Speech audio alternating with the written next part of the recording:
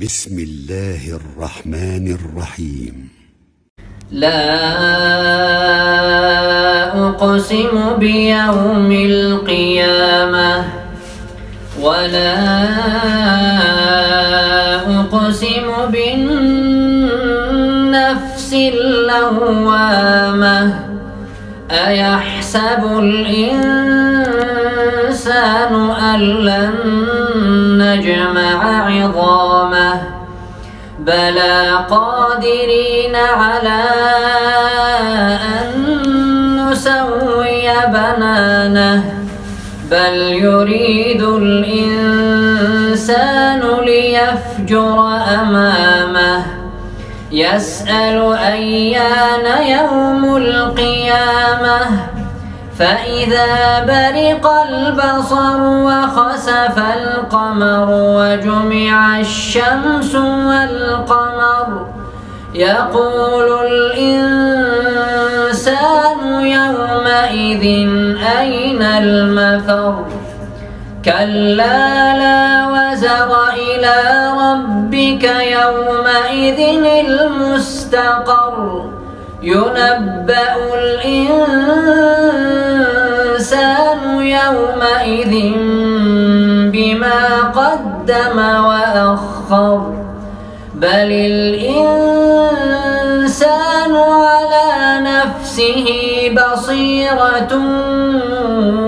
ولو ألقى معاذيره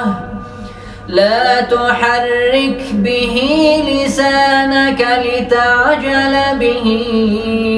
إن علينا جمعه وقرآنه فإذا قرأناه فاتبع قرآنه ثم إن علينا بيانه كلا بل تحبون العاجلة وتذرون الآخرة وجوه يومئذ ناظرة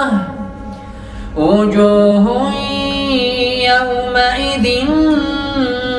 ناظرة إلى ربها ناظرة ووجوه يومئذ باسرة تظن أن يفعل بها فاقرة كلا إذا بلغت التراقي وقيل من راق وظن أنه الفراق والتفت الساق بالساق إلى ربك يومئذ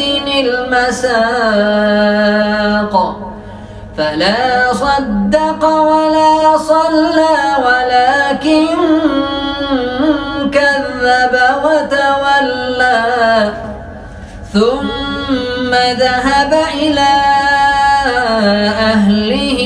يتمطى